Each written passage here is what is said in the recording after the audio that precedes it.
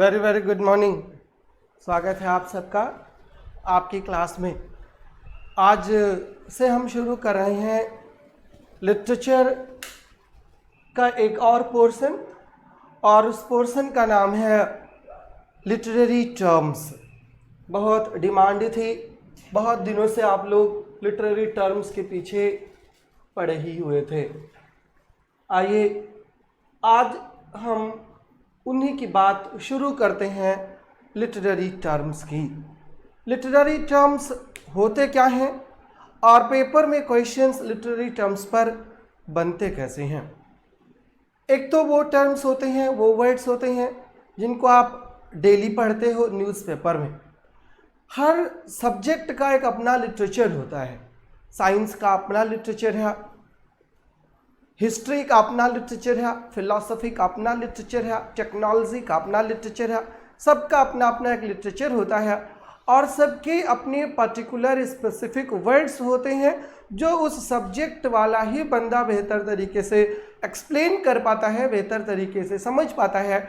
अब अगर आप लिटरेचर के स्टूडेंट हो और आपको क्वेश्चन दे दिया जाए या कुछ टेक्नोलॉजी से कोई वर्ड दे करके पूछ लिया जाए तो आप उसका आंसर नहीं बता पाओगे, क्योंकि that is not related to your field. In the same way, in our literary terms, in our literature, there are particular terms and only the students of literature can understand the meaning of that particular term, the concept of that particular term, who coined the term, who used the term for the first time, and who popularized the term, and what are the examples of that particular form of literature। ये तो सिर्फ literature का student जान सकता है, और इस type के क्वेश्चंस पेपर में खास करके टीजीटी के, पीजीटी के और इवन नेट के पेपर में भी एक्सटेंसिवली पूछे जाते हैं। तो आज से हम उसी को शुरू कर रहे हैं जो not only for DSSB TGT PGT but for UP TGT PGT, for KVS examination, for Navodaya Vidyalaya examination, and for NET examination, and all the examinations conducted in English literature, सब के लिए वो इम्पॉर्टेंट है। वहीं से शुरू करते हैं आज। क्लियर? चलिए, सब लोग जुड़े हैं फटाफट, जितने भी लोग जुड़ गए हैं सभी को सुबह वाली गुड मॉर्निंग, सभी का स्वागत है। सभी के अपने क्लास में अपने अपने क्वेश्चन से लेकर के तैयार रहिए, बट मुझे भी थोड़ा मौका ज़रूर दीजिएगा कि मैं वो चैप्टर, वो पॉइंट आपको क्लियर करा दूं, कवर करा दूं, और फिर उसके बाद ही आप अपने क्वेश्चंस लिखना शुरू करें। कमेंट से थोड़ा सा छोटा दिख रहा है तो उसको ज़रा इन्हांस कर देता हूँ, फॉन्ट बड़ा कर देता हूँ ताकि दिखाई भी देने लगे आपके प्यारे प्यारे वर्डिंग्स, आपके प्यारे प्यारे मैसेजेस कि आप लिखते क्या हो। कुछ लोग तो ऐसे होते हैं जो खाली ऐसे क्वेश्चंस पूछने के लिए आते हैं that is totally not relevant to the topic, जिससे बिल्कुल भी रिलेटेड ना हो वो क्वेश्चन पूछने चले आते हैं। तो उन क्वेश्चन से थोड़ा बच के रहिएगा, बट फिर भी कोई नहीं, आप क्या बच के रहोगे, मुझको बच करके रहना है।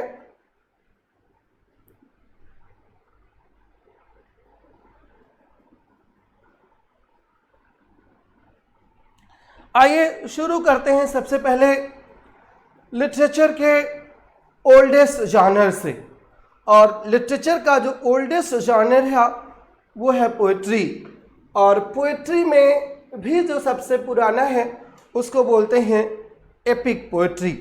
राइट? एपिक पोएट्री से ही क्यों ना शुरू कर दें कि एपिक क्या होती है। तो एपिक से रिलेटेड 3 टर्म्स आपको करना है। एपिक,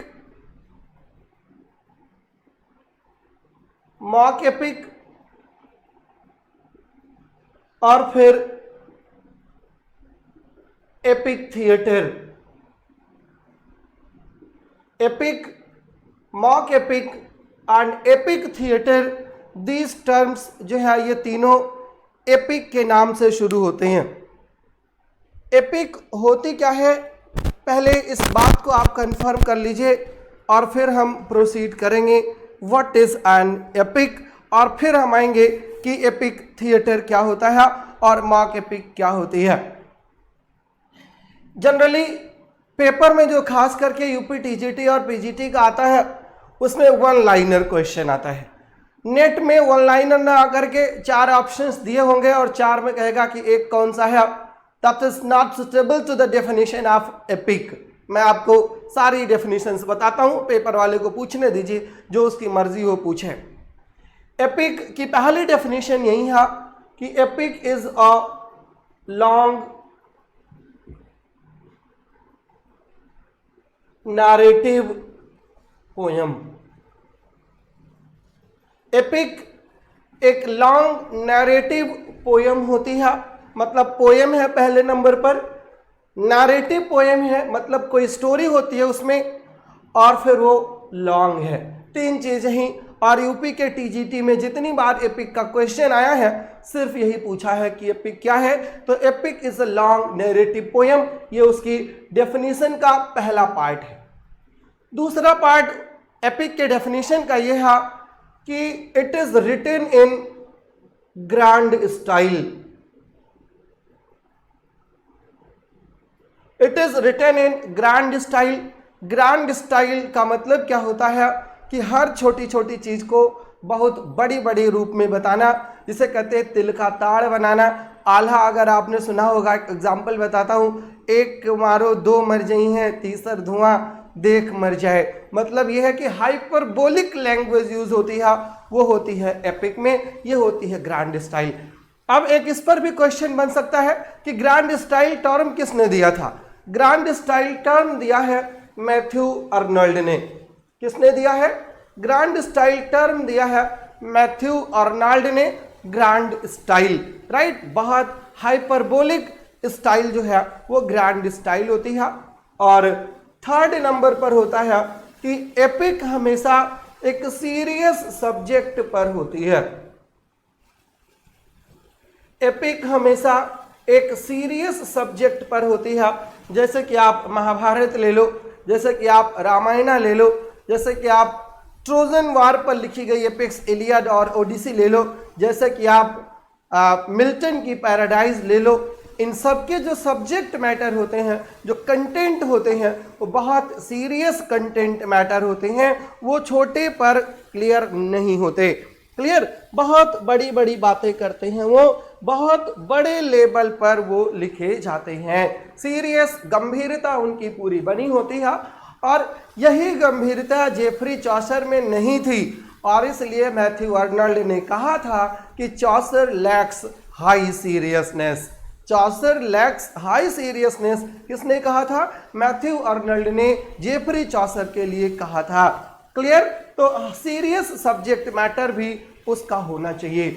और फोर्थ नंबर पर जो रेंज होती है एपिक की, it doesn't deal with a particular person, it deals with a particular community, it deals with a particular nation. मतलब सब्जेक्ट का जो रेंज है वो रेंज भी बहुत बड़ा रेंज होता है। पर्टिकुलर नेशन और पर्टिकुलर कम्युनिटी से डील करता है। पर्टिकुलर कम्युनिटी से डील करती है वो होती है एपिक्स। और इसके जो करेक्टर्स होते हैं, फाइनली करेक्टर्स जो हैं वो आम आदमी नहीं होते। करेक्टर्स कैसे होते हैं? वो गॉड लाइक करेक्टर्स होते हैं। जैसे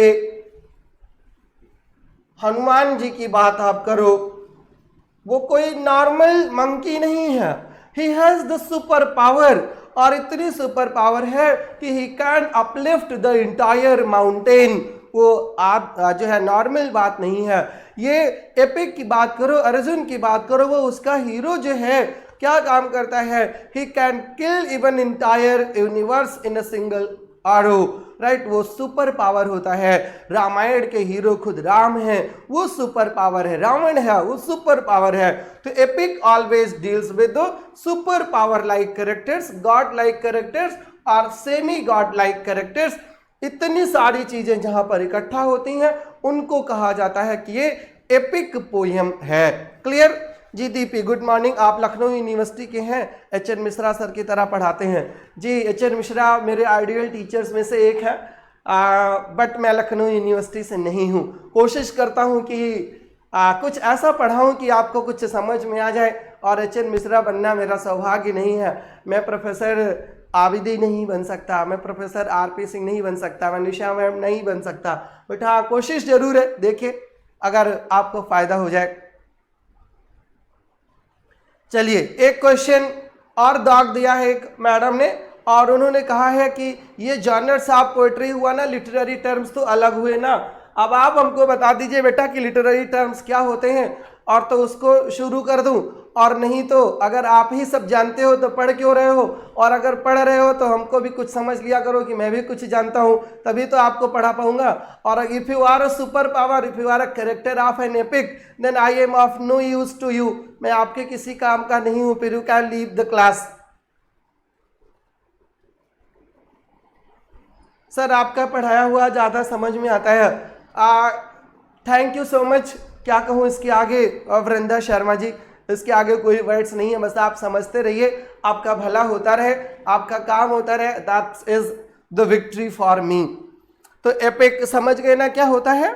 इन its original sense the term refers to a long narrative poem that focuses on a heroic figure और group and on events that form the cultural history of a nation or cultural history of a tribe or cultural history of a community। ये सारे points हमने यहाँ पर mention कर दिए हैं। जो एपिक का हीरो होता है, it undergoes a series of adventures that tests his valor, intellect and character। Among the conventions of the epic are the author's invocation to the muse, the opening of the action in the middle of things, and the long lists are catalogue of ships, armies, as in John Milton's Paradise Lost। ये तो epic के हमने definition को bifurcate कर दिया है। Bifurcate क्या, कई पार्ट्स में बांट दिया है ताकि आपको समझ में आ जाए। अब दूसरे पर आते हैं। ये सब बहुत इंपॉर्टेंट चीजें हैं टीजीटी पीजीटी के लिए, सबके लिए। और ये मान के चलिए कि टीजीटी में कम से कम 7 to 10 क्वेश्चंस ऐसे लिटरेरी टर्म से आते हैं जो राइटर्स पर बेस्ड नहीं होते, जॉनर्स पर बेस्ड होते हैं। एपिक की सबसे खासियत क्या होती है, उसके राइटिंग स्टाइल की अगर हम बात करें तो एपिक में हमेशा जो पोएट होता है, जो लिखता है, वो इन्वोकेशन से शुरू करता है। इन्वोकेशन का मतलब होता है कि the poet always pray to the muse of epic. Muse क्या होती हैं? म्यूजेस जो हैं ये टोटल ग्रीक गॉडेस हैं, ये 9 म्यूजेस हैं, और अलग अलग जॉनर्स के लिए अलग अलग म्यूज का प्रयोग किया जाता है, उनको इन्वोक किया जाता है। जैसे हमारे यहाँ, हमारे कल्चर में क्या है कि जब भी हम कुछ लिखना शुरू करते हैं तो सबसे पहले लिखते हैं श्री गणेशाय नमः। श्री गणेशाय नमः का मतलब कि हमने गणेश जी को पूजा किया है, उनको बुला लिया है कि अब हम जो करने जा रहे हैं वो आपके सुपरविजन में करने जा रहे हैं। ऐसे ही इन्वोकेशन ग्रीक एपिक्स में भी होता है। वहां पर हमेशा एक एपिक है जिसको म्यूज को जिसको बुलाया जाता है, और बुला करके जो है उसको वर्शिप की जाती है, और वर्शिप करके उससे वरदान मांगा जाता है कि जो हम लिखने जा रहे हैं आप आइए और उसमें हमारी मदद करिए, so that I could complete the poem, ताकि मैं अपने पोयम को कंप्लीट कर सकूं। जो एडवेंचरस काम हमने लिया है उसको मैं पूरा कर सकूं, इसलिए उसको म्यूज को जो है इन्वोकेशन किया जाता है। अब अगला क्वेश्चन ये बन सकता है, खास करके पीजीटी की अगर हम बात करें कि एपिक की म्यूज कौन है।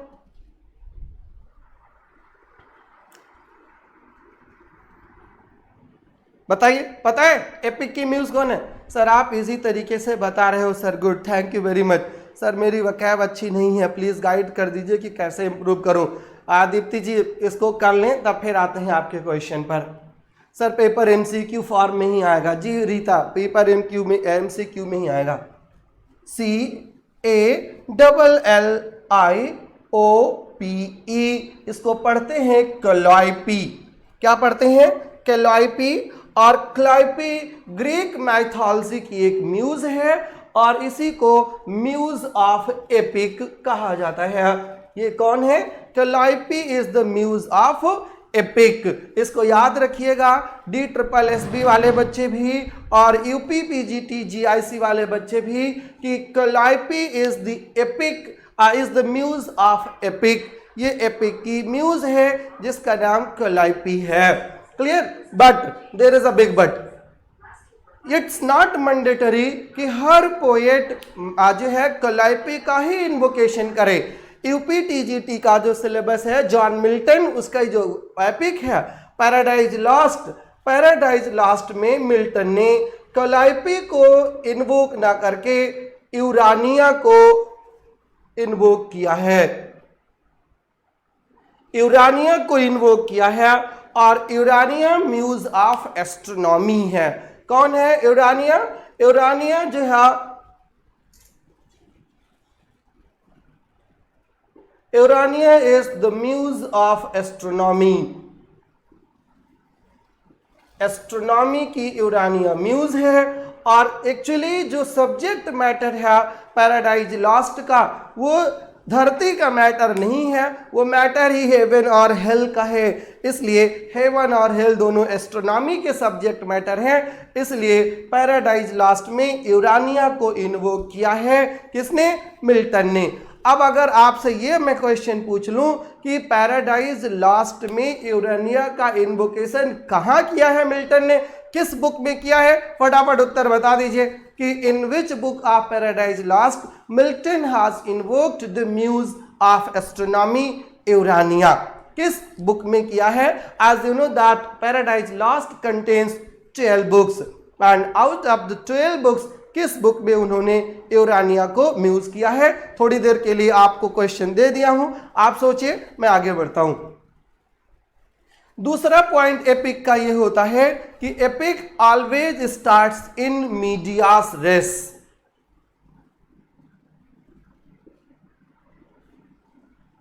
Epic always starts in medias res, और मीडियास रेस का मतलब होता है इन द मिडिल।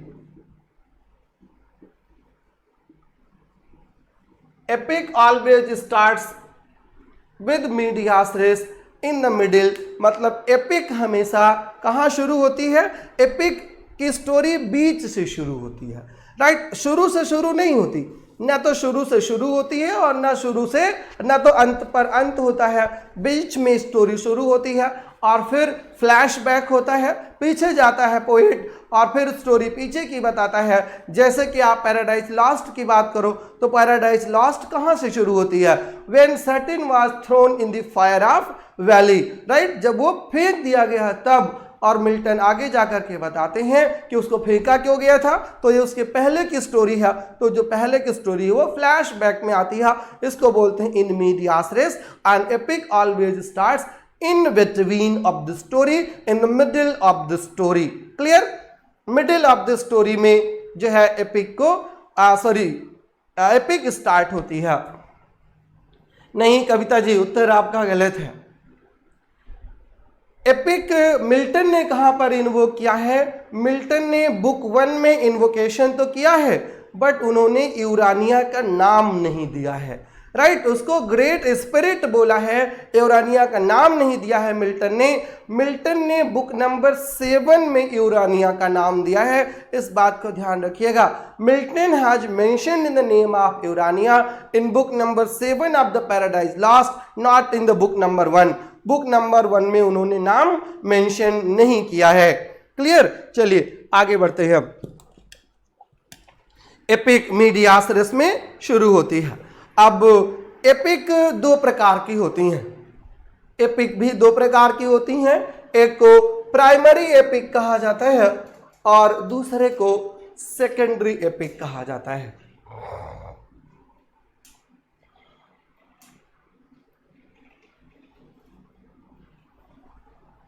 कुछ पल्ले पड़ रहा है कि नहीं?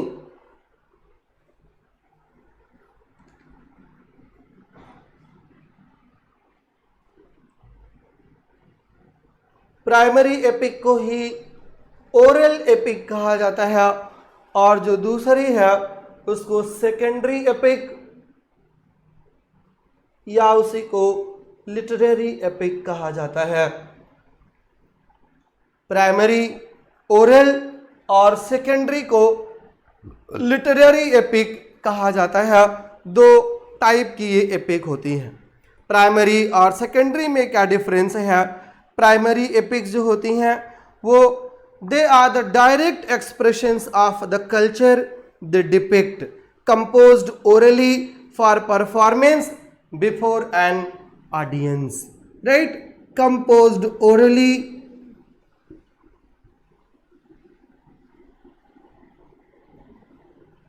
for performance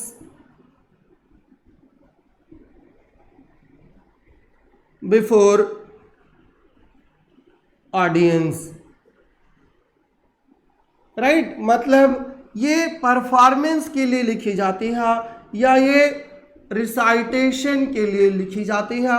इसको पढ़ करके सुनाया जाता है और जिसको पढ़ करके सुनाया जाता है उसको क्या बोलते हैं? उसको प्राइमरी एपिक बोला जाता है। और सेकेंडरी एपिक्स जो होती हैं वो रिटेन कंपोजिशंस होती हैं। Secondary epics are the written compositions,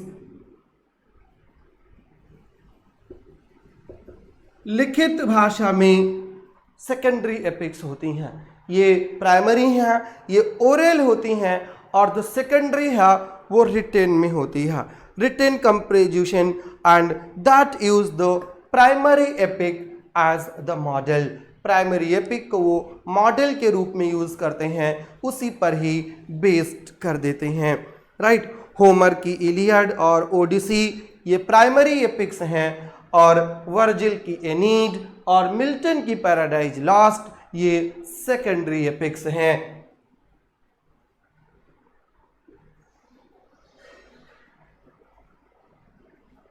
Homer की एलियड एंड ओडिसी प्राइमरी एपिक्स हैं, और वर्जिल की एनीड और मिल्टन की पैराडाइज लॉस्ट ये सेकेंडरी एपिक्स हैं। क्लियर? इसमें से बहुत से पॉइंट्स आपने पहले ही क्लास में बताए थे, सब पहले पढ़ रखा है जी। पैराडाइज लॉस्ट सेकेंडरी एपिक है, और वर्जिल की एनीड सेकेंडरी एपिक है, और प्राइमरी एपिक है होमर की इलियड एंड ओडिसी।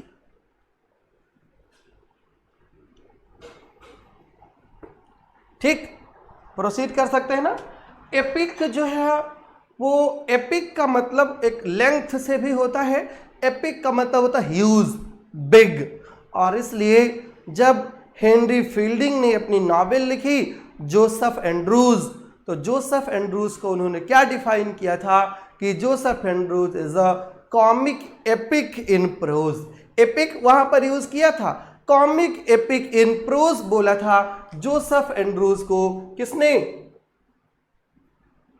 खुद हेनरी फील्डिंग ने।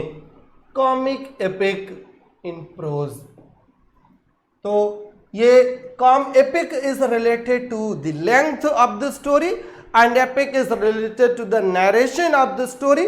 ये सब पोएटिक एपिक्स हैं, और ये क्या है? ये प्रोज में लिखा था, कॉमिक एपिक इन प्रोज। इस किस नॉवेल को कहा जाता है? जोसेफ एंड्रूज की जो नॉवेल है, sorry Joseph Andrews Henry fielding की नॉवेल है। ये क्वेश्चन एक बार नेट के पेपर में आ चुका है कि किस नॉवेल को comic epic in pros describe किया जाता है। तो comic epic in pros Joseph Andrews के नॉवेल जो है, जोसेफ एंड्रूज को डिस्क्राइब किया जाता है, जो हेनरी फील्डिंग की नॉवेल है, और हेनरी फील्डिंग को फादर ऑफ इंग्लिश नॉवेल्स कहा जाता है।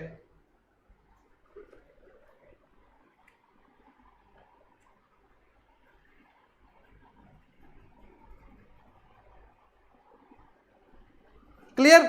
चलिए आगे बढ़ सकते हैं ना। एपिक लॉन्ग नैरेटिव पोएम होती है, लेकिन अगर इस लॉन्ग नैरेटिव सीरियस पॉइंट को हम अनसीरियस या नॉन सीरियस पॉइंट के लिए प्रयोग करना शुरू कर दें तो वो एपिक ना हो करके मॉक एपिक बन जाती है। क्लियर?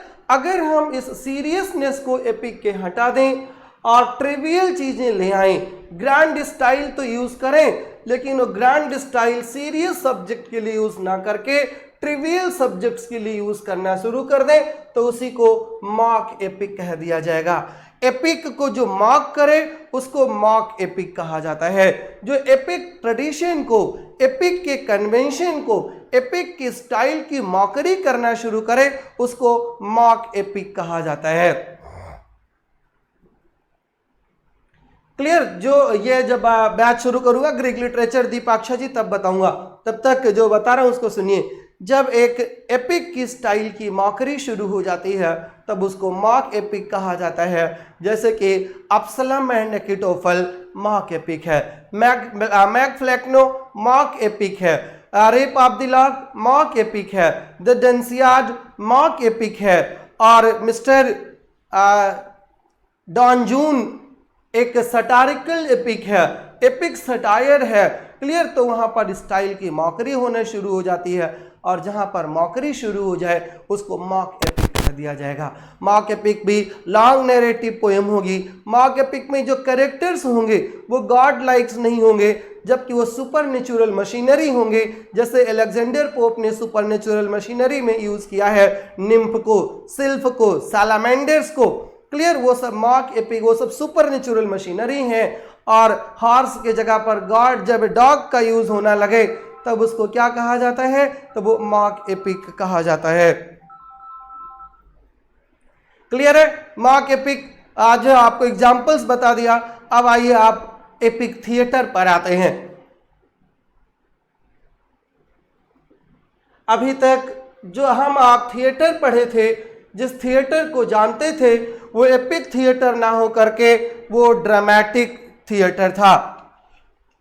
राइट? वो ड्रामेटिक थिएटर था, वो जो है एपिक थिएटर नहीं था। एपिक थिएटर एक प्लेराइट ने डेवलप किया था जिसका नाम था बर्टोल्ट ब्रेख्ट।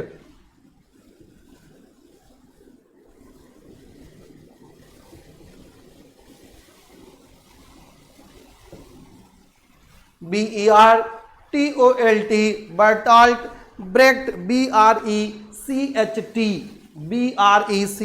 बर्टोल्ट जो है ब्रेख्ट।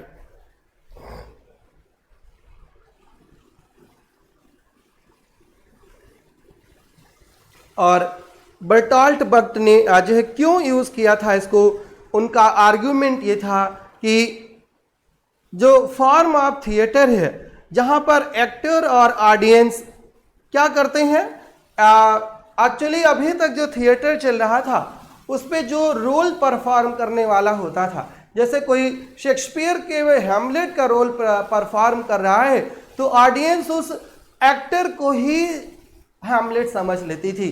जैसे जब हम फिल्म देखते हैं, इंडियन फिल्म की बात करो, तो जो विलेन होता है ना, उस विलेन को देख करके हमारे मन में पता नहीं कैसे चीज उठने लगती कि पिटता तो ठीक रहता, अभी पिटेगा ये, अब पिटे तो ठीक है। और विलेन के पिटने से हम सब खुश भी बहुत होते हैं कि नहीं? जब भी विलेन फिल्म में पिटता है, जब भी अमरीश पुरी पिटता था तो खुश बहुत होते थे हम लोग, और अभी भी उसको देख देख करके खुश होते हैं। ऐसा क्यों होता है? क्योंकि हमारे जो इमोशंस हैं, हमारे जो तार हैं, कनेक्शंस हैं, ये उस हीरो के साथ जुड़ जाते हैं, और हम हीरो के लिए सिंपैथेटिक हो जाते हैं, और विलेन के लिए क्या हो जाते हैं? विलेन के लिए हम भी विलेन का काम करना शुरू कर देते हैं। क्लियर? विलेन के लिए हम भी विलेन का काम करना शुरू कर देते हैं। ये ओरिजिनल थिएटर होता है। हम हैमलेट को जब देखते हैं तो लगता है हमें कि क्लॉडियस ने इसको मारा है, क्लॉडियस को जरूर मारना चाहिए हैमलेट को। ये हमारा हैमलेट के साथ अपैथी हो जाती है, हमारा कनेक्शन जुड़ जाता है। और जब हम ये सोचना शुरू कर देंगे कि बर्टोल्ट ब्रेख्ट की तरह, एक सेकेंड सर प्रणाम, क्लास ले रहा हूँ जी, अभी करता हूँ जी ठीक सर ठीक। तो बर्टोल्ट ब्रेख्ट ने क्या कहा कि बर्टोल्ट ब्रेख्ट ने ये कहा कि नहीं, हमको ऐसा बिल्कुल नहीं मानना चाहिए कि जिसको हम देख रहे हैं वही हैमलेट है। हमको ये मान के चलना चाहिए कि जिसको हम देख रहे हैं ना, he is performing the role of Hamlet, वो हैमलेट का रोल परफॉर्म कर रहा है। अंतर समझे कि नहीं? कि इसी को बर्टोल्ट ब्रेख्ट बोलता है alienation effect. Right? Alienation effect, alien हो जाओ।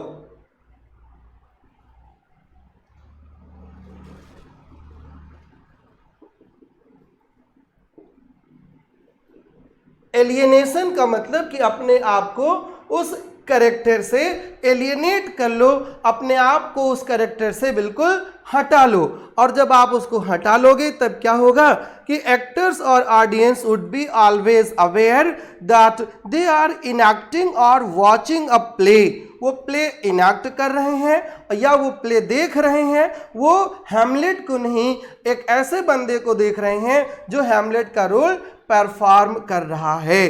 राइट, ये एपिक थिएटर होता है और इसी को एलियनेशन इफेक्ट कहा जाता है। और इसका काम क्या है? It attempts to produce a more thoughtful and less emotional response in the audience. जो ऑडियंस होगा वो डायरेक्टर की, वो ड्रामेटिस्ट की फिलॉसफी समझेगा, वो उसकी मीनिंग को समझेगा, थॉटफुल होकर के सोचेगा, ना कि ये सोचेगा कि इसको मार दिया जाए तो ही ठीक है। इमोशनल ना हो करके वो थॉटफुल हो जाएगा। और जो प्लेस ऐसा काम करते हैं उन्हीं को एपिक थिएटर कहा जाता है। समझ में आ गया होगा मुझे लग रहा है। अब कोई दिक्कत हो, कोई समस्या हो तो बताइए जी। एग्जाम्पल कोशिश यही करता हूं कि प्रैक्टिकल लाइफ से दूं ताकि चीज़ें आपको बेहतर तरीके से समझ में आ जाएं। और अगर मेरा पढ़ाया समझ ही नहीं आ रहा है तो फिर आपको यहाँ होने का भी कोई मतलब नहीं है। Clear? Thanks a lot sir for your great effort sir. Important quotes and lines भी करवा दीजिए। जी संजीत जायसवाल जी, डेफिनेटली मैं उसके लिए काम कर रहा हूं। प्रोसीड करें। नॉट, हाँ जी ममता शुक्ला जी, किसी से भी वो रिस्ट्रिक्टेड नहीं होता क्योंकि वहां पर एलियनेशन हो जाता है।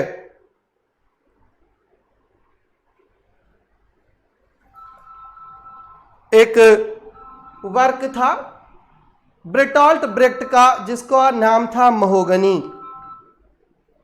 क्लास ले रहा हूं गुरु, क्लास ले रहा हूं। कहाँ आना है?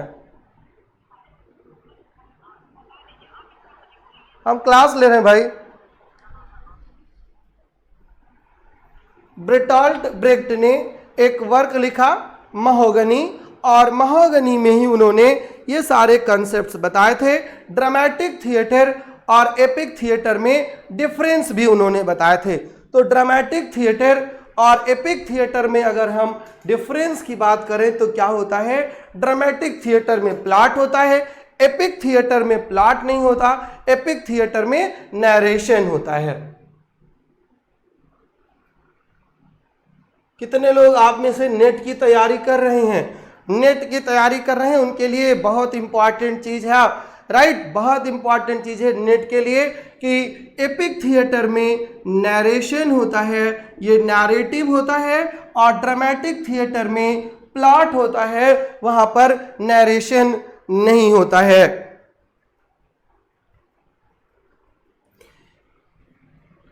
एपिक थिएटर में क्या होता है? जो ऑडियंस होता है वो ऑडियंस ना होकर के ऑब्जर्वर होता है, पॉइंट को वो ऑब्जर्व करता है, थॉटफुल होता है, और यहां पर थॉटफुल ना होकर के इमोशनल हो जाता है। सर आपका पढ़ाया हुआ उन्हें ही समझ नहीं आएगा जो ये मान के बैठे हैं कि हमको कुछ समझना ही नहीं है। Otherwise you are a great mentor और teacher for all. Thank you Ram Singh Adhikari ji for such appreciation, thank you. Narrative होता है, उधर प्लॉट होता है, और इधर जो है ऑडियंस पूरी तरीके से ऑब्जर्वर के रोल में होता है, और दूसरी तरफ ऑब्जर्वर ना होकर के क्या होता है? यहाँ पर मेयरली वो ऑडियंस होता है, मेयरली वो स्पेक्टेटर होता है, सिर्फ मूक दर्शक होता है। यहाँ पर वो मजा ले रहा होता है मूवी का, और यहाँ पर वो मूवी का मजा ना लेकर के उसके प्रॉस और कॉन्स को, उसकी आइडियोलॉजी को समझ रहा होता है। क्लियर? ये कुछ डिफरेंस थे जो ब्रेटॉल्ट ब्रेक्ट ने बताए थे। देन प्रोसीड करें।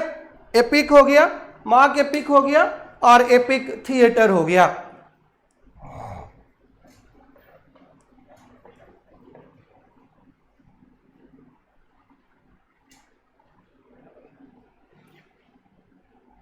जी भाई खुशबू जी, ये क्लास टीजीटी वालों के लिए है, ये क्लास पीजीटी वालों के लिए है, ये सब के लिए है।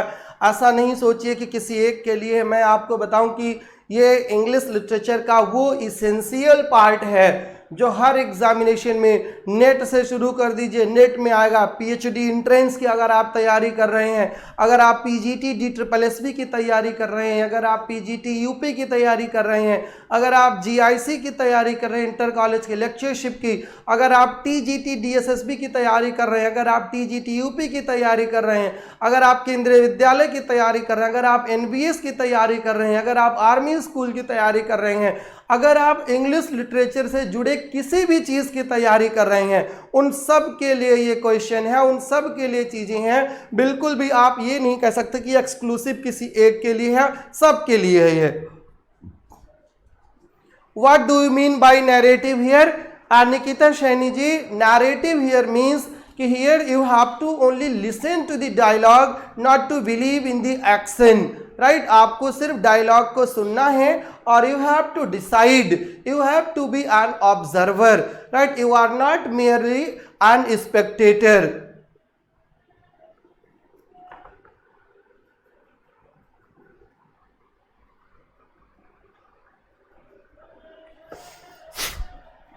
नेक्स्ट वर्ड पर आ जाइए। नेक्स्ट वर्ड है एपिग्राम।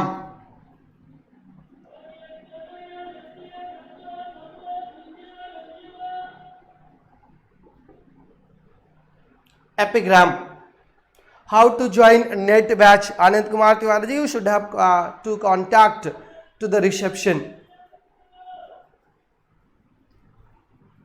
एपिग्राम क्या होता है?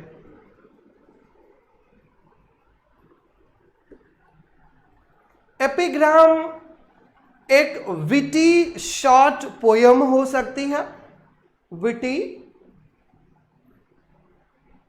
शॉर्ट पोयम हो सकती है, या विटी शॉर्ट डायलॉग हो सकता है, डायलॉग भी हो सकता है और एक पोयम भी हो सकती है।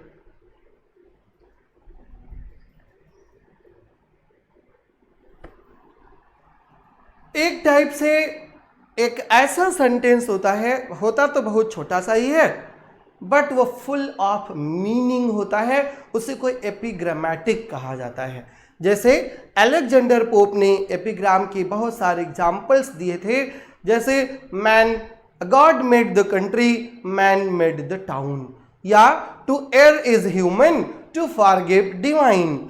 ठीक, गलती करना आदमी का काम है, माफ कर देना ईश्वर का काम है। ये यूनिवर्सल ट्रुथ की लाइंस होती हैं एपिग्राम, राइट? यूनिवर्सल ट्रुथ की लाइन होती हैं जिसको एपिग्राम कहा जाता है। वेरी शॉर्ट पोएम होती है, वेरी शॉर्ट डायलॉग हो सकता है, वेरी शॉर्ट सेंटेंस हो सकता है, बट फुल ऑफ मीनिंग हो। इसी को जो है एफोरिस्टिक स्टाइल कहा जाता है बैकन के वर्ड्स में, जहां पर पिथी सेंटेंसेस और full of meaning. Brevity is the soul of wit, ये शेक्सपियर के हैमलेट का एक डायलॉग है। Brevity is the soul of wit.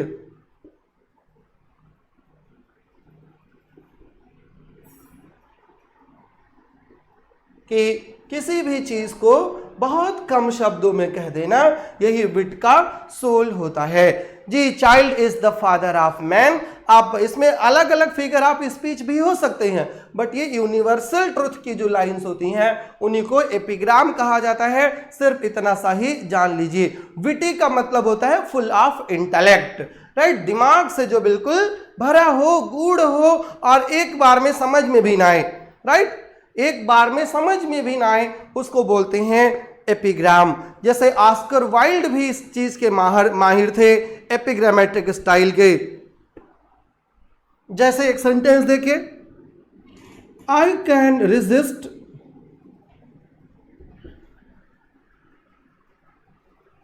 Everything, I can resist everything but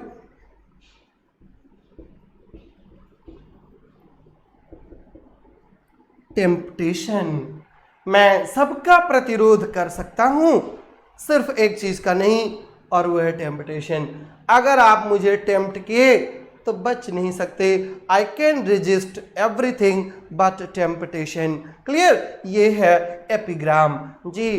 cards die many times before their death, ये Julius Caesar की line है, ये epigrammatic style है। Right? They also serve who only stand and wait, जी ये epigrammatic style है। बिल्कुल, epigram एक फिगर ऑफ स्पीच होता है जहां पर एक छोटे से सेंटेंस से यूनिवर्सल ट्रुथ से जिसको है यूनिवर्सल मीनिंग बताई जाती है। क्लियर? यूनिवर्सल मीनिंग बताई जाए उसको कहा जाता है एपिग्राम। एक इसी से मिलता जुलता वर्ड होता है एपिग्राफ, जिससे आप बिल्कुल भी कंफ्यूज नहीं होंगे एपिग्राम और एपिग्राफ में। What is the difference between epigram, heroic couplet and aphoristic style?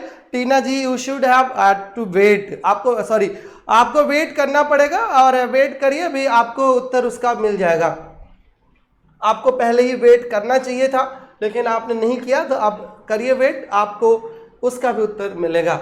एक एक पहले करा लूं और फिर मैं डिफरेंस पर आऊंगा। गुरु गुरु होता है जी, रितु मिश्रा जी, गुरु गुरु होता है और चेला शक्कर होता है जी। All the world is stage, बिल्कुल सही है।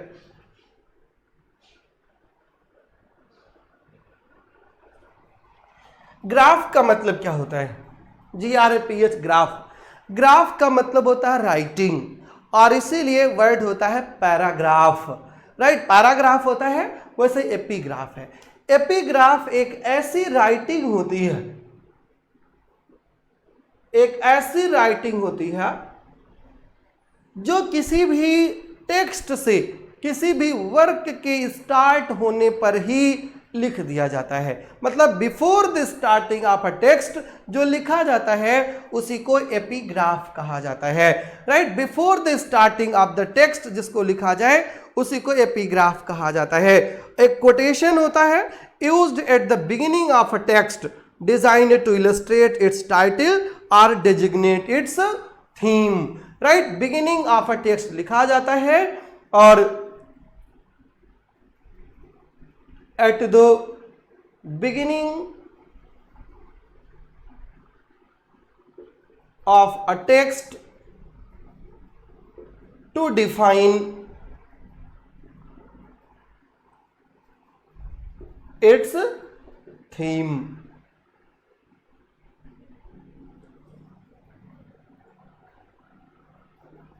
Writing a quotation at the beginning of a text that defines its theme उसको कहा जाता है एपिग्राफ। जी नहीं, फॉरवर्ड अलग चीज होती है, एपिलॉग अलग चीज होती है। राइट? एपिलॉग अलग चीज। सब में इरफान अहमद जी देखिए, एक जो एंड में लिखा होता है उसको एपिग्राफ नहीं, उसको एपिलॉग कहा जाता है। और जो एपिग्राफ होता है वो eight the beginning of the text होता है, मतलब उसके बाद ही टेक्स्ट शुरू होता है। जैसे आप T.S. एलियट की पोएम पढ़िए द वेस्टलैंड, तो वेस्टलैंड पहले होमर के दांते के पोएम से उसका एपिग्राफ लिया गया है।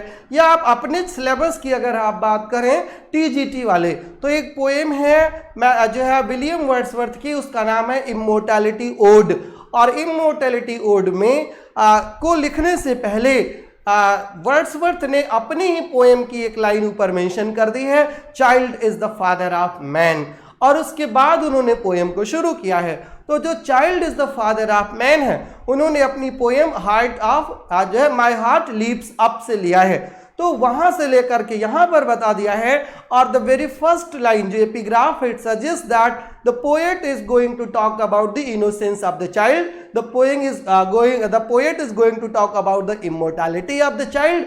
राइट? पोएट जो है उसी की बात करने जा रहा है, उसी थीम की बात करने जा रहा है, और उसी थीमेटिक लाइन को जो है एपिग्राफ कहा जाता है। राइट? उसी थीमेटिक लाइन को एपिग्राफ कहा जाता है। क्लियर हुआ कि नहीं? समझ में आया कुछ कि नहीं? फिर से बताएं। A quotation used at the beginning of a text designed to illustrate its title और डेजिग्नेट इट्स थीम। राइट?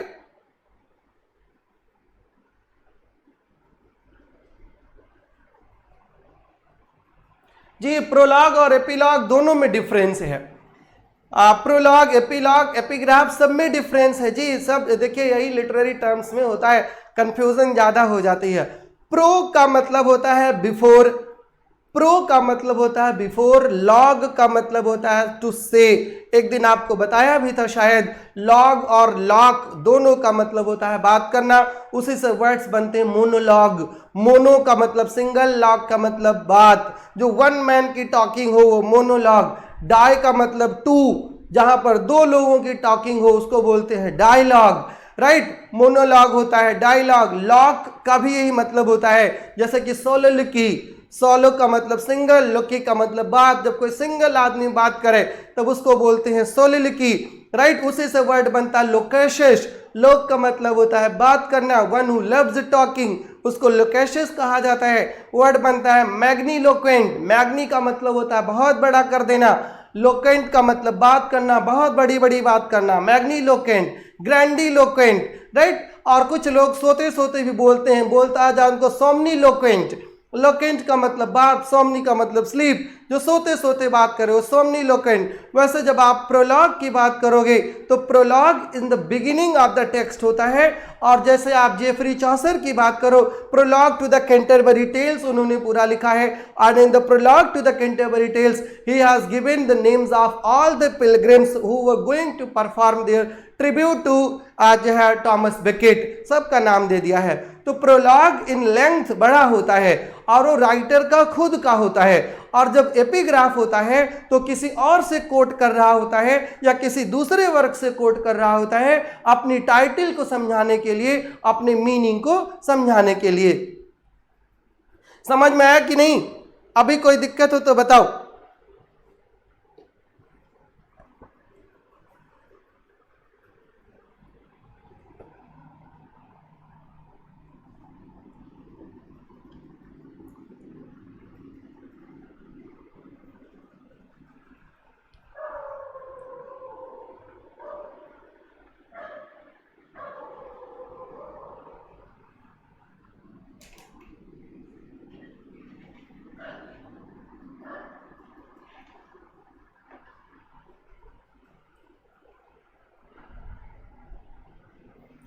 दीक्षा शर्मा जी ने लिखा है, epilogue comes after conclusion describing what happened to the character after the conflict. Yes, epilogue जो होता है ये खास करके ड्रामा में होता है और फाइनल स्पीच होती है। और ड्रामा जब तक चल रहा होता है तब तक एक डायलॉग दूसरे कैरेक्टर को एड्रेस होता है, कैरेक्टर्स आपस में बात कर रहे होते हैं जब तक प्ले चल रहा होता है। और जब प्ले एंड हो जाता है तब एक कैरेक्टर आता है और वो ऑडियंस से बात ना कर कैरेक्टर से बात ना करके ऑडियंस से बात कर रहा होता है। और जब वो ऑडियंस से बात करना शुरू करता है तब शुरू होता है epilogue. Epilogue is the concluding speech.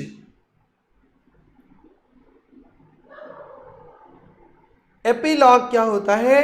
Epilogue is the concluding speech, last की स्पीच होती है। और एड्रेस्ड किसे होती है?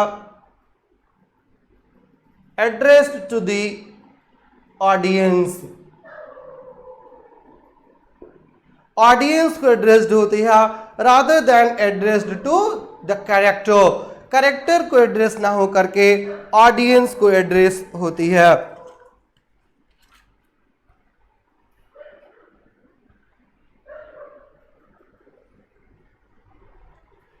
शेक्सपियर ने एपिलॉग का प्रयोग किया है अपने play a Midsummer Night's Dream में और फिर द टेम्पेस्ट में, राइट।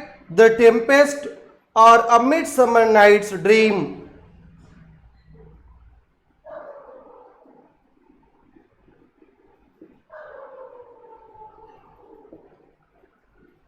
और मिडसमर नाइट्स ड्रीम में एक एपिलॉग है।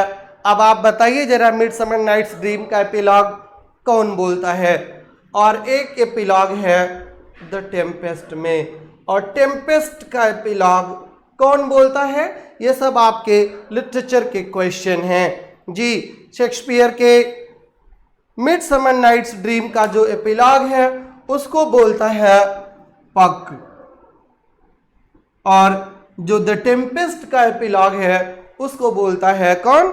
उसको बोलता है प्रॉस्पेरो, राइट। प्रॉस्पेरो और ये पक दोनों शेक्सपियर के एपिलॉग बोलते हैं। तो एपिलॉग समझ में आया। ई का मतलब होता है एंडिंग, इतना समझ लो पेपर में आंसर लगाने के लिए। ई मतलब होता है एंड, तो जो एंड में आए वो होता है एपिलॉग, और जो पहले आ जाए वो होता है प्रोलॉग। प्रो का मतलब होता है पहले, और एपी का मतलब है यहां पर बाद में। जो बाद में आए वो एपिलॉग, और जो पहले आए वो प्रोलॉग। अब बताइए जरा, शेक्सपियर ने अपने किस प्ले में प्रोलॉग का यूज किया है? शेक्सपियर के किस प्ले में प्रोलॉग का यूज किया गया है? और एक शेक्सपियर का ऐसा भी प्ले है जहां पर 2 प्रोलॉग्स हैं।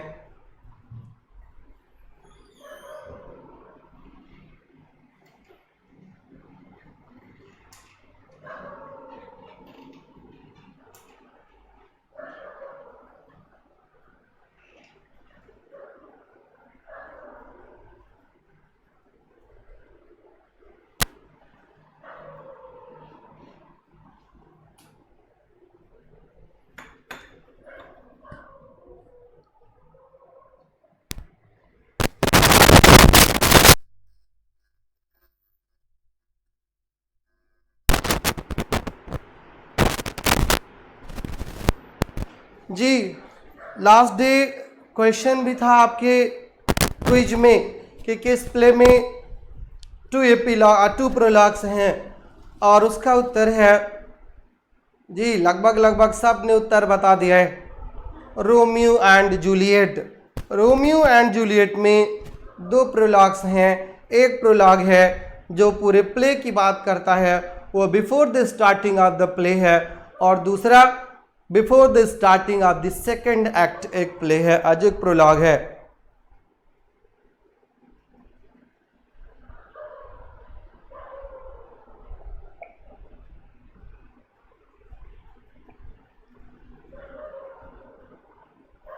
जी Neelam Sharma ji, Romeo and Juliet में 2 प्रोलॉग्स हैं, और रोमियो और जूलियट शेक्सपियर की एक स्टार क्रॉस्ड ट्रेजेडी है या लव ट्रेजेडी है वो।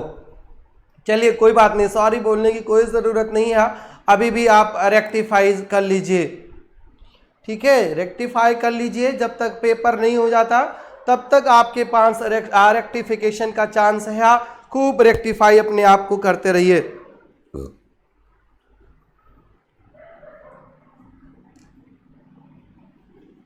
नेक्स्ट टर्म है epiphany.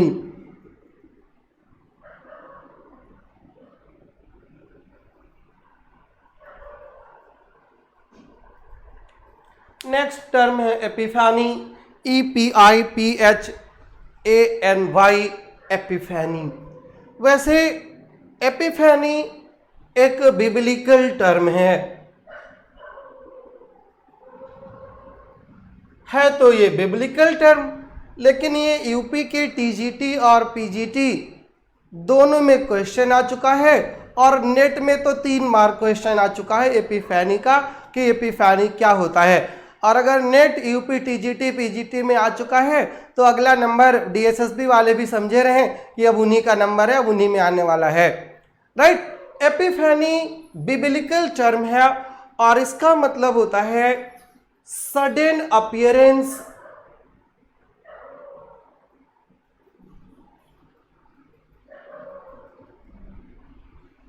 Of a deity, sudden appearance of a deity या manifestation of a deity, manifestation of a deity. एकाएक किसी देवी या देवता का प्रकट हो जाना एपिफेनी होता है, राइट। एपिफेनी क्या होता है? Sudden manifestation of a dt.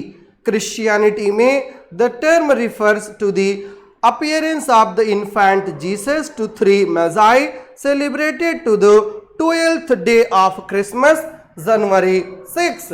और इसी पर जो है शेक्सपियर ने एक प्ले भी लिखा था, नाम था the twelfth night. Twelfth night कौन सी नाइट होती है?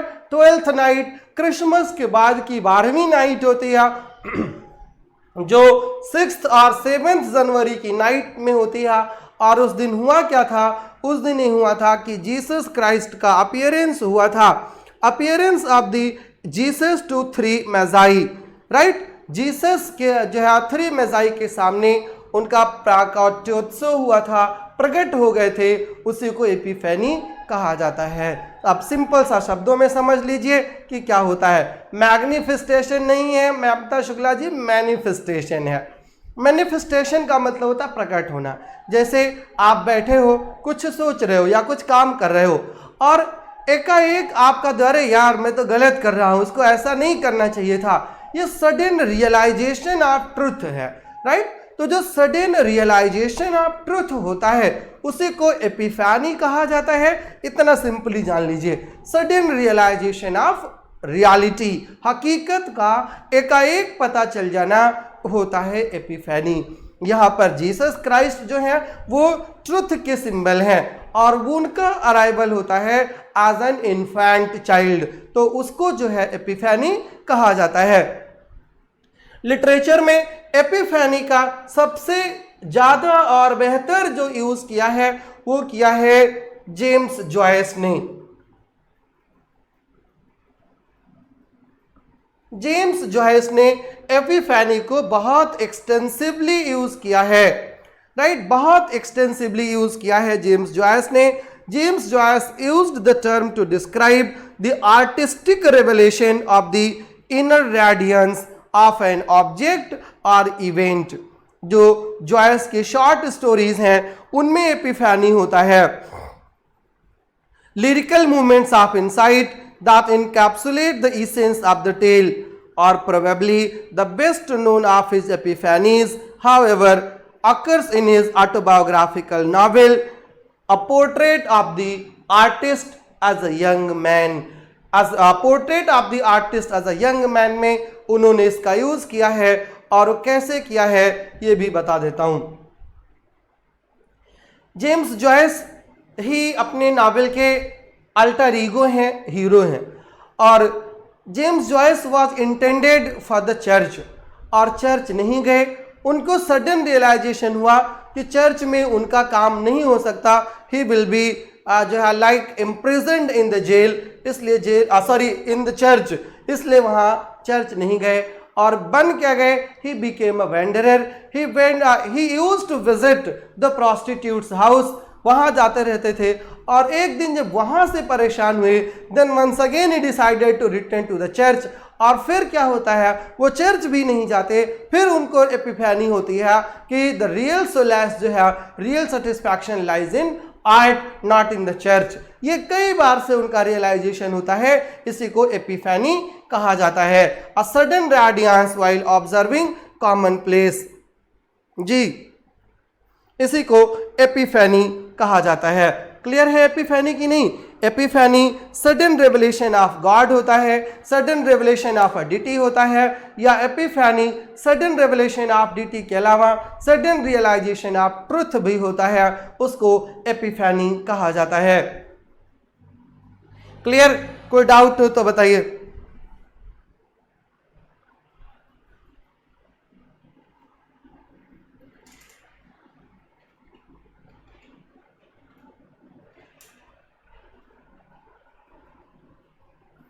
No doubt, no question.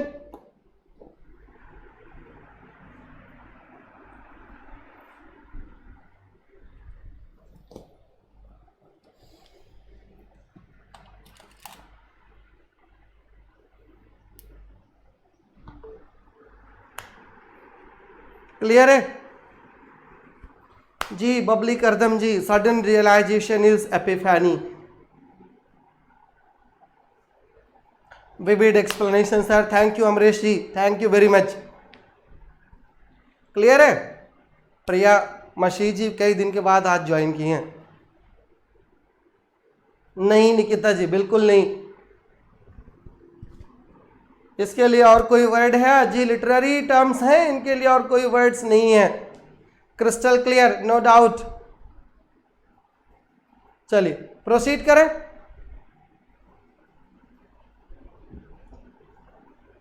इतना बढ़िया एक्सप्लेन करने के लिए thank you. Most welcome Sadhana ji, most welcome.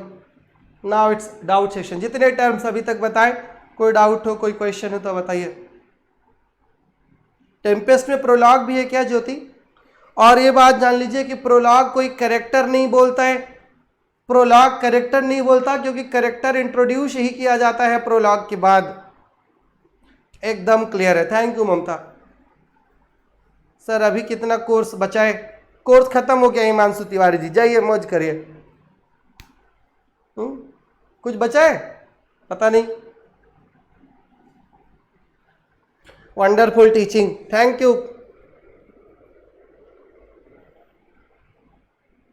इतने अच्छे से समझा रहे हैं कि आप बढ़िया समझ आ रहा है, thank you Julie. Sir TGT English का कितना बचा है? हिमांशु तिवारी जी, टीजीटी इंग्लिश का ही ये सिलेबस चल रहा है और 3-4 क्लास में लिटरेरी टर्म्स करा देंगे, सिलेबस आपका ख़त्म हो जाएगा। ठीक है, ये फॉर्म साहब पोइट्री भी इसी साथ चलती रहेगी कीर्ति अग्रवाल जी।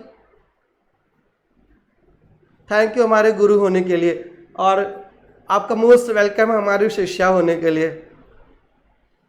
सर प्लीज़ बताएं रोमियो एंड जूलियट कैसा प्ले है, स्टार क्रॉस्ड और लव ट्रेजेडी? जी पाकिज़ा, स्टार क्रॉस्ड ट्रेजेडी भी है वो और लव ट्रेजेडी भी है, दोनों हैं वो। कुछ आप भी काम कर डालिएगा निकिता सैनी जी। परीक्षा देओल जी, सर एपिलॉग शेक्सपियर ने किस में यूज़ किया है? अभी बता रहे थे, कहाँ चली गई थी? एक तो हमने बताया एपिलॉग द टेम्पेस्ट में यूज़ किया है, और दूसरा हमने बताया कि एपिलॉग उन्होंने यूज़ किया है अ मिडसमर नाइट्स ड्रीम में। Thank you Pooja. सर मुझे आज ही ये टर्म समझ में आया है, थैंक यू मोज।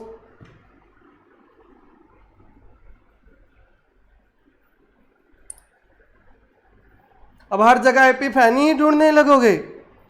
हाँ, मुझे तो लग रहा है आज आप लोगों को एपिफैनी हो गई है, सडन रियलाइजेशन हो रहा है आज।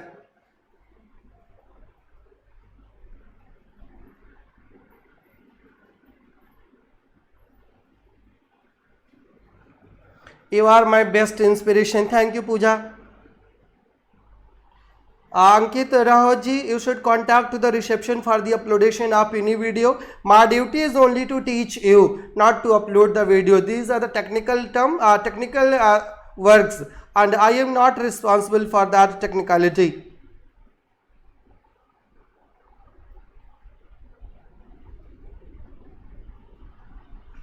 एपिक थिएटर, देखिए जो अभी हमने पढ़ा दिया टीना जी, उसके लिए रिपीट करने की ज़रूरत नहीं है। You can watch the video again, और एक बार दोबारा से अगर आप उसको देख लोगे तो आपको समझ में आ जाएगा।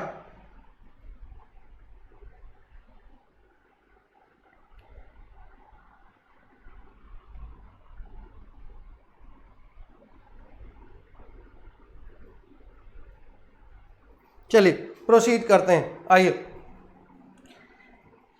एपिक से हम यहां तक पहुंच गए, एपिक के थोड़ा सा आगे चलते हैं अब। और कवि जी क्या बताऊं मैं अब आपको, ऐसे ऐसे बच्चों वाला क्वेश्चंस आप लोग पूछते हो, और आपका नाम भी कवि है, और कवियों से क्या तर्क वितर्क किया जाए, उनसे कोई जीत नहीं सकता। सर आपकी क्लास का इंतज़ार रहता है, लगता है सारी टेंशन खत्म हो गई। Thank you Rita. Sir YouTube पर फिगर्स ऑफ स्पीच की ओनली 2 वीडियोज़ हैं। अरे बेटा वो सिर्फ 2 वीडियोज़ हैं, but they are more than enough. और वेट करिए, फिर मैं यूट्यूब पर से अगर काम नहीं हो रहा तो मैं क्लास में भी कराऊंगा, टेंशन ना लीजिए।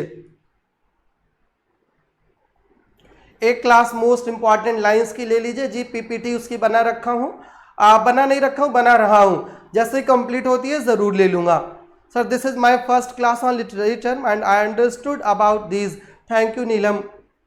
सर प्लीज़ रिप्लाई भी दे रहे हैं आप? जी रिप्लाई तो दे रहा हूँ भाई। Yes sir, it is better to read a book 100 times than to read 100 books 1 time. जी तो मेरा डायलॉग रिपीट कर दिया इरफान भाई। बैक ईयर में जो वोकैबुलरी आई थी उसे प्रिपेयर करें जी। उसके बाद भी मैं टेलीग्राम चैनल पर रोज वोकैबुलरी डालता रहता हूं भाई, वहां पर भी आप देखते रहा करिए कुछ कुछ। आइए ट्रेजेडी पर आते हैं और ट्रेजेडी में डेफिनेशन बताते हैं पहले अरिस्टोटल की। How Aristotle defined the tragedy. पता है अरिस्टोटल की जब हम बात करते हैं लिटरेचर में, अरिस्टोटल की एक बुक थी, नाम था उसका पोएटिक्स। और पोएटिक्स का मतलब होता है art of poetry, how to write poetry. और अरिस्टोटल के टाइम पर the most important form of poetry जो था वो थी ट्रेजेडी।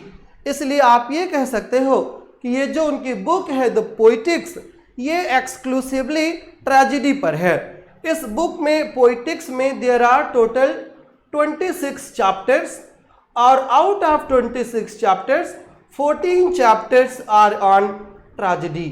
14 चैप्टर्स उसमें से ऐसे हैं जो एक्सक्लूसिवली ट्रेजेडी पर हैं। चैप्टर नंबर 6 से लेकर के और चैप्टर नंबर 19 तक यहां पर उन्होंने ट्रेजेडी को डिस्कस किया है। तो ट्रेजेडी क्या है, आइए पहले उनके डेफिनेशन को देख लेते हैं और फिर डेफिनेशन को उनके एक्सप्लेन करते हैं वन बाय वन कि क्या कहना चाहते हैं। और इन सब से पेपर में क्वेश्चन आपके बनता है, आप इनमें से किसी को भी स्केप नहीं कर सकते। सुरुचि उपाध्याय जी, क्लास अभी 1 मिनट पहले शुरू हुई है, जैसे आपने ज्वाइन किया है, क्लियर। उससे पहले कुछ नहीं हुआ था, बस यहीं से शुरू कर दीजिए। आप क्या बताने जा रहा था, गड़बड़ कर दे तो यार। डेफिनेशन ऑफ ट्रेजेडी जी, आइए। Tragedy is an imitation, tragedy is an imitation of an action. ये उत्तर प्रदेश के टीजीटी में लाइन ही आ चुकी है ट्रेजेडी के डेफिनेशन के लिए कि ट्रेजेडी होती क्या है। Tragedy is an imitation of an action. अब किसका एक्शन होता है, that is serious,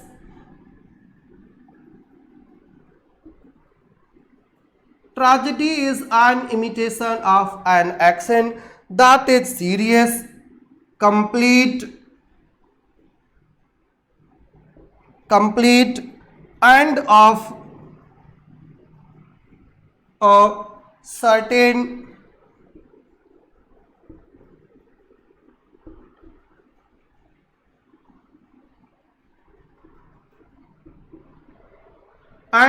a certain magnitude. In language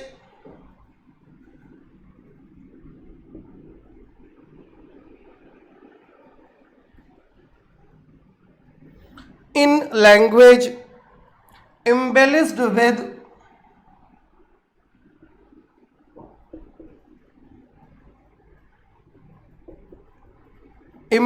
with each kind of artistic ornament,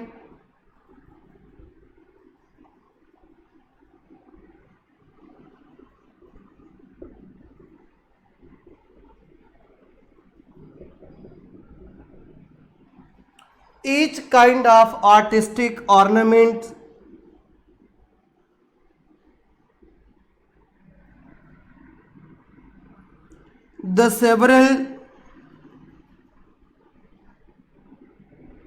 being found in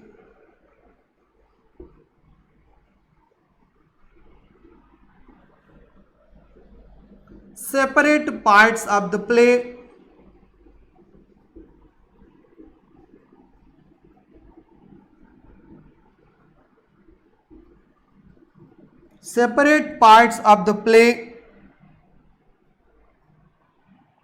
इसके ऊपर कंटिन्यू करता हूं। In the form of action,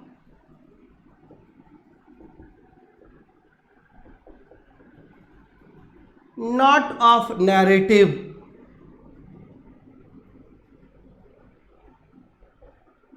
in the form of action not of narrative,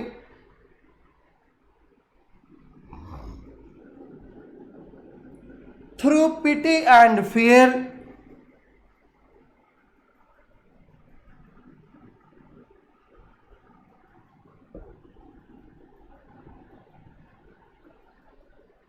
through pity and fear, effecting the proper purgation,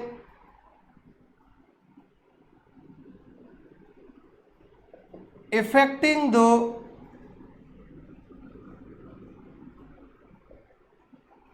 proper purgation,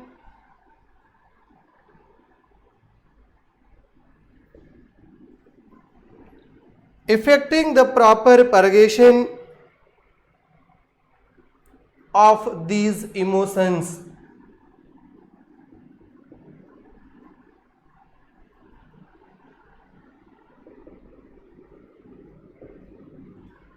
ये definition है tragedy की Aristotle की।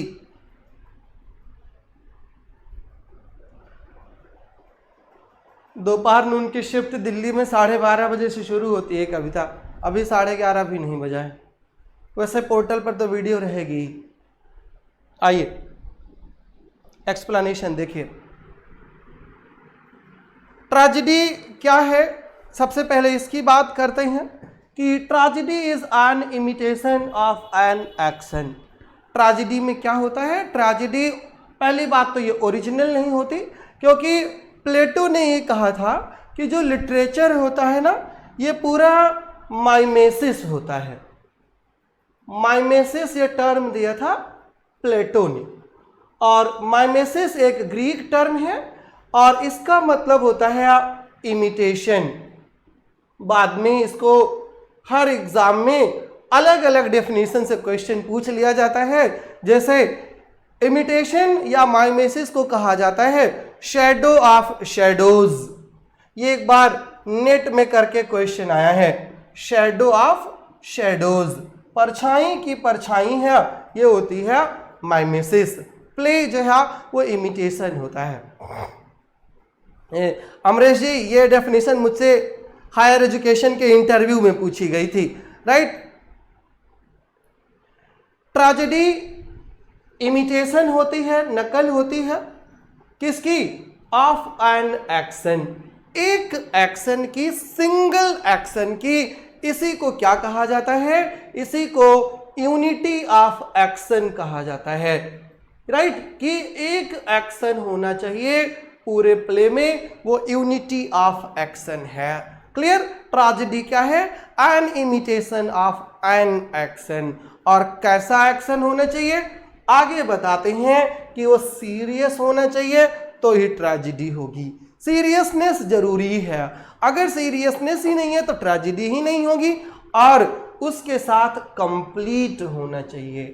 Complete action होने का मतलब ये है कि जो भी आप पोर्ट्रे कर रहे हो, जो भी डिपिक्ट कर रहे हो, जो भी शो कर रहे हो, उसमें प्रॉपर बिगिनिंग होना चाहिए, प्रॉपर मिडिल होना चाहिए और प्रॉपर एंडिंग होना चाहिए, तो ही जाकर के एक्शन कंप्लीट होगा। इसको बोलते हैं कंप्लीट एक्शन होना चाहिए, और तभी सारी यूनिटीज इकट्ठा होंगी, राइट। तो ट्रेजेडी को एक इमिटेशन होना चाहिए सिंगल एक्शन का, और सिंगल एक्शन सीरियस होना चाहिए, कंप्लीट होना चाहिए, और आप सर्टेन मैग्नीट्यूड, मैग्नीट्यूड का मतलब होता है लेंथ, उसकी लेंथ भी निर्धारित होनी चाहिए।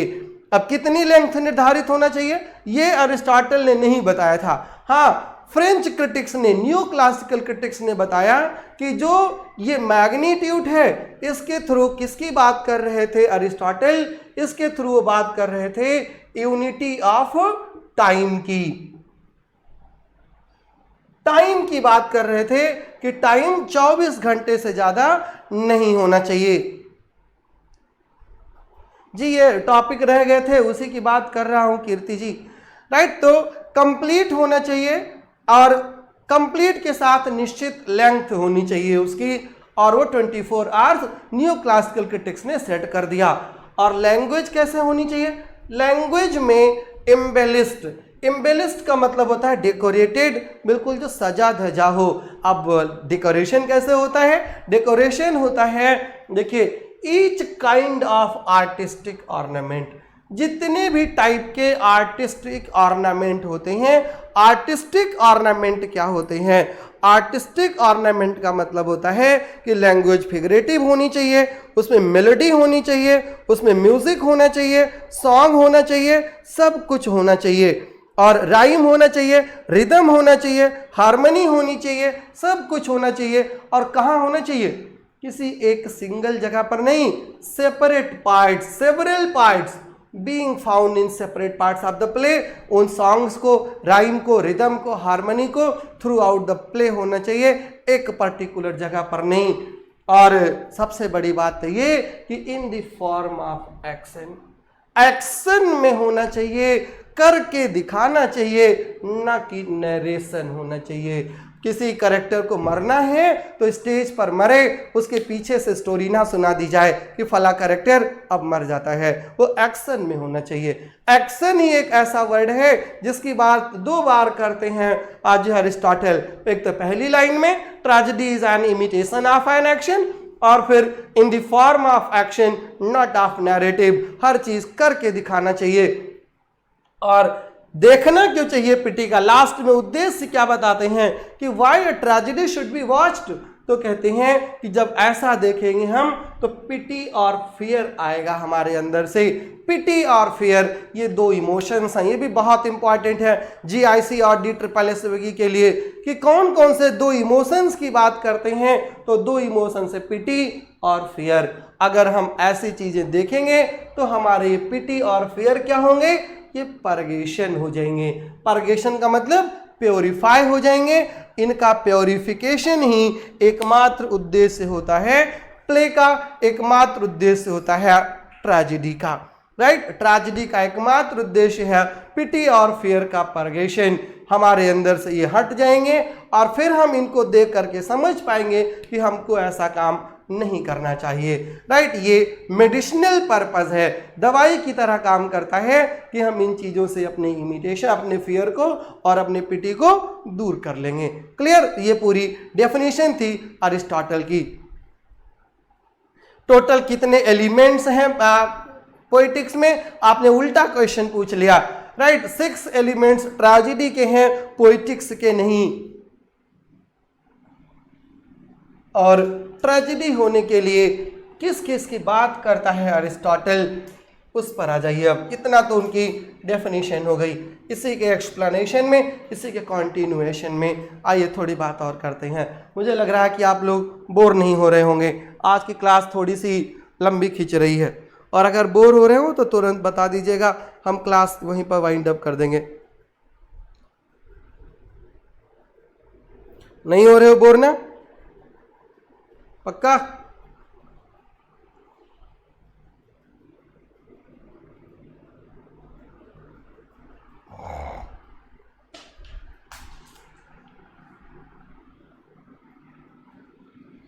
कुछ ग्रीक के टर्म्स हैं जो अक्सर पेपर में उनकी मीनिंग पूछ ली जाती है।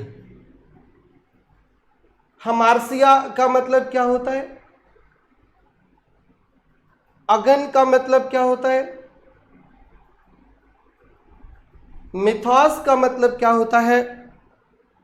डेनुमा का मतलब क्या होता है?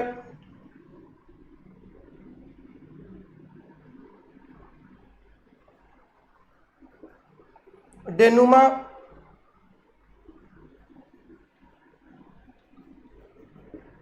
कैथारसिस,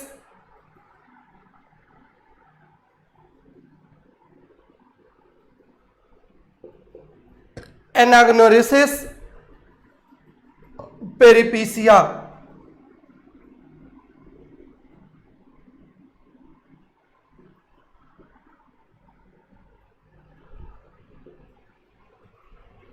पेरिपीसिया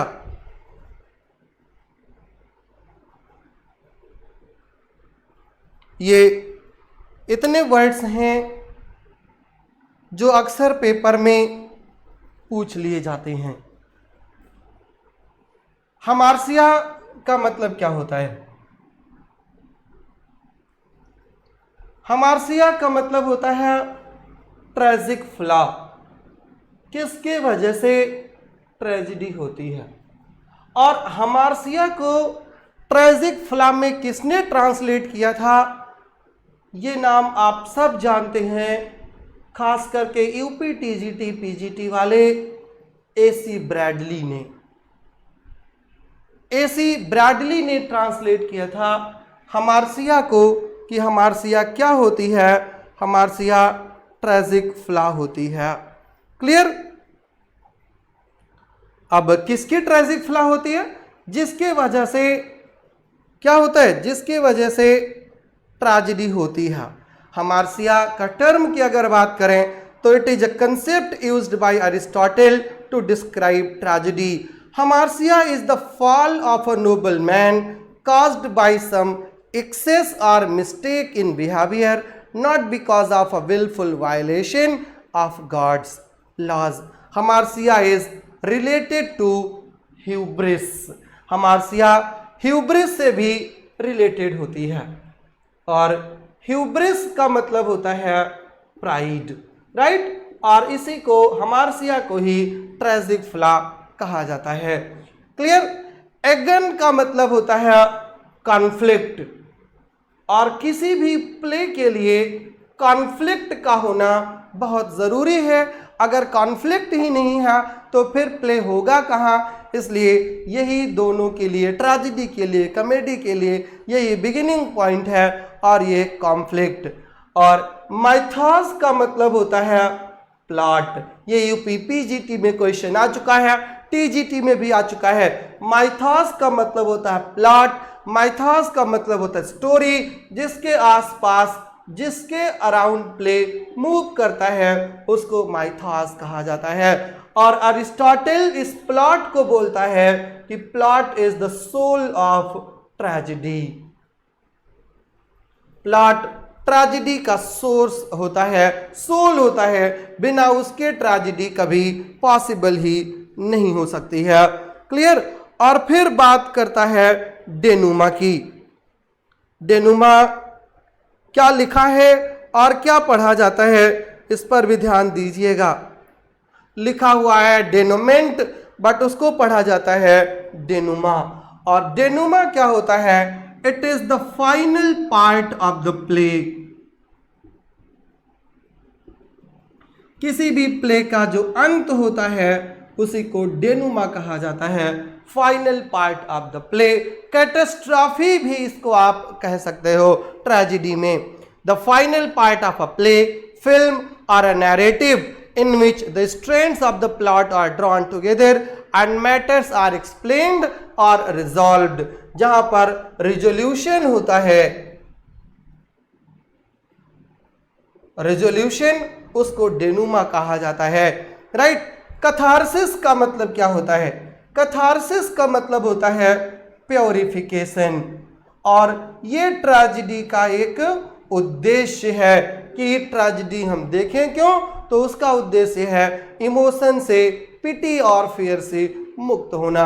और ये पर्पस है कॉमेडी का, इसको बोला जाता है प्योरिफिकेशन, राइट। अरिस्टोटल ये कहता है कि किसी भी प्ले के लिए, गुड प्ले के लिए, गुड ट्रेजेडी के लिए क्या होना चाहिए, प्लॉट सिंपल नहीं कॉम्प्लेक्स होना चाहिए। और कॉम्प्लेक्स प्लॉट बनाने के लिए वो इन दो वर्ड्स का यूज करता है, पेरिपीसिया और एनाग्नोरिसिस। पेरिपीसिया का मतलब क्या होता है और एनाग्नोरिसिस का, इस पर भी क्वेश्चन आया है, खासकर DSSB TGT PGT में 2014 में एक ही क्वेश्चन 2 बार आया था पेपर में। एनाग्नोरिसिस और पेरिपीसिया दोनों एक साथ आए थे। पेरिपीसिया का मतलब होता है रिवर्सल ऑफ फॉर्चून। क्या होता है पेरिपीसिया का, पेरिपीसिया का मतलब होता है किस्मत का पलट जाना, रिवर्सल ऑफ फॉर्चून।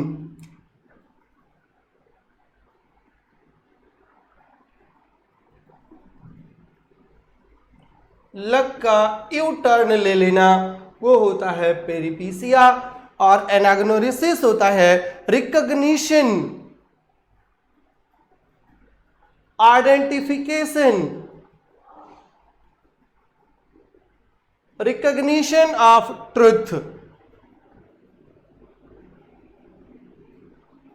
हकीकत का पता चलना, और जब हकीकत का पता चलता है तो ही रिवर्सल होता है फॉर्चून का। ये सारे टर्म्स जो हैं ये लिटरेरी टर्म्स हैं, ये ग्रीक के टर्म्स हैं। ये जितने भी टर्म्स अभी आपको बताए, हमार्सिया के साथ एगन, कथारसिस, एनाग्नोरिसिस, पेरिपीसिया, माइथॉस, ये सब अरिस्टोटल के टर्म्स हैं जो उन्होंने ट्रेजेडी को एक्सप्लेन करने के लिए यूज किया था।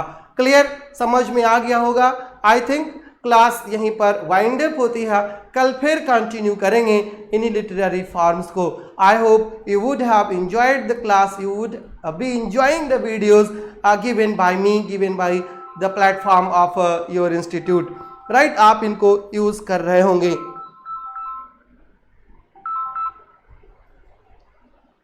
सर क्लास ले रहा हूं, राइट? डिस्कवरी, एनाग्नोरिसिस का मतलब डिस्कवरी होता है, डिस्कवरी ऑफ फैक्ट्स या रिकॉग्निशन ऑफ फैक्ट्स। ठीक है, चलिए, thank you very much for today's class. We will be meeting tomorrow at the same time. Thank you. All the best.